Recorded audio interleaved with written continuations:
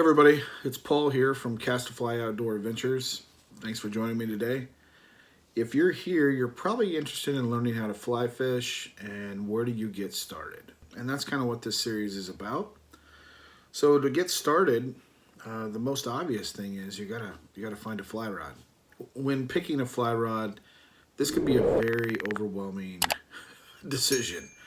So many different manufacturers, so many different awesome rods and reels out there.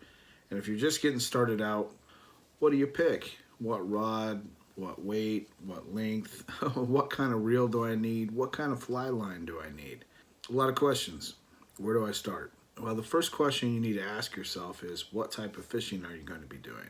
I'm going to stick to doing what I do and share with you guys kind of what you need to do if you're doing the type of fishing that I'm doing, which is a lot of wade fishing in small creeks and streams, and then occasionally fishing these tailwaters of the dams in Missouri and Arkansas. So, and typically I'm targeting trout or bass. That's kind of what I'm looking to do in my area most of the time.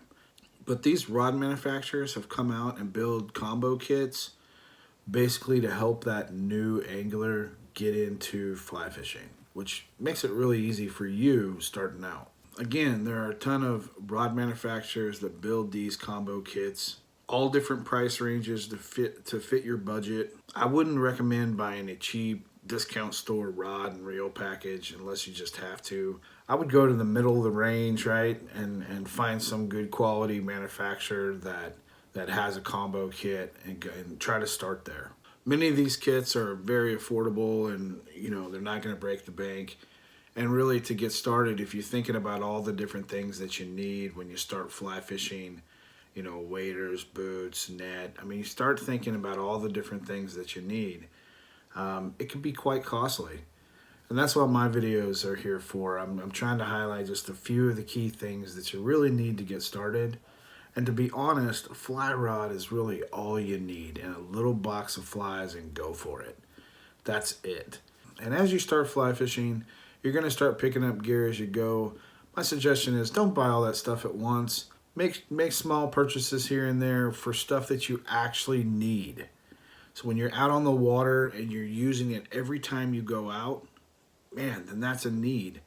There's lots of wants out there, but they never get used. And you might find yourself buying something that you think you need, but then when you get out on the water, no, I've never even used it, right? So just be cautious about what you're buying and what you're going to use it for and what you actually need it for.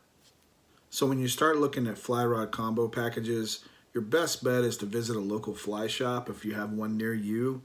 Man, those guys are going to give you some great assistance on picking out the right rod for you.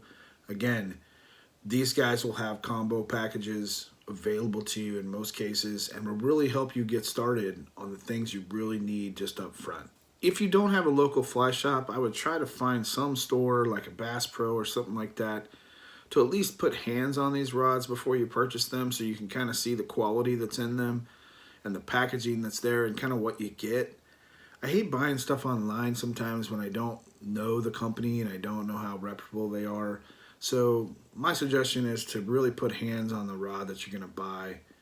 So what rod do you actually need?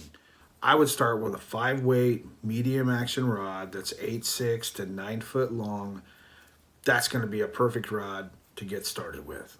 So a 5-weight medium action rod is typically going to have a big enough backbone in it so that you can throw some decent sized streamers, those dry flies and popping bugs, whatever you might want to be throwing.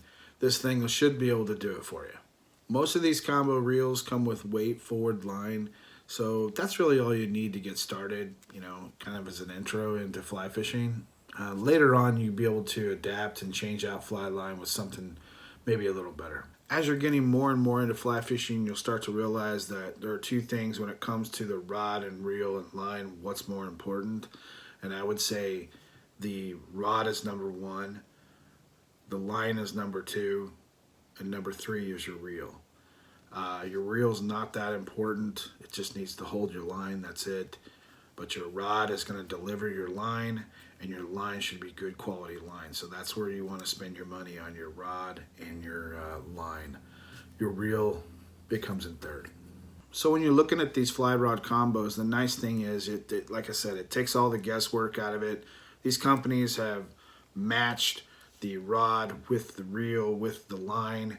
You don't have to think about anything. It's just kind of ready, set, go. It's that easy.